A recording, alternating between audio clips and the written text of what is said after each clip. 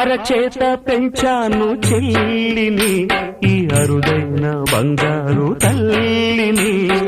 అడుగేస్తే పాదాలు కందవా, నా కన్నుల్లో కన్నీళ్ళు చిందవా.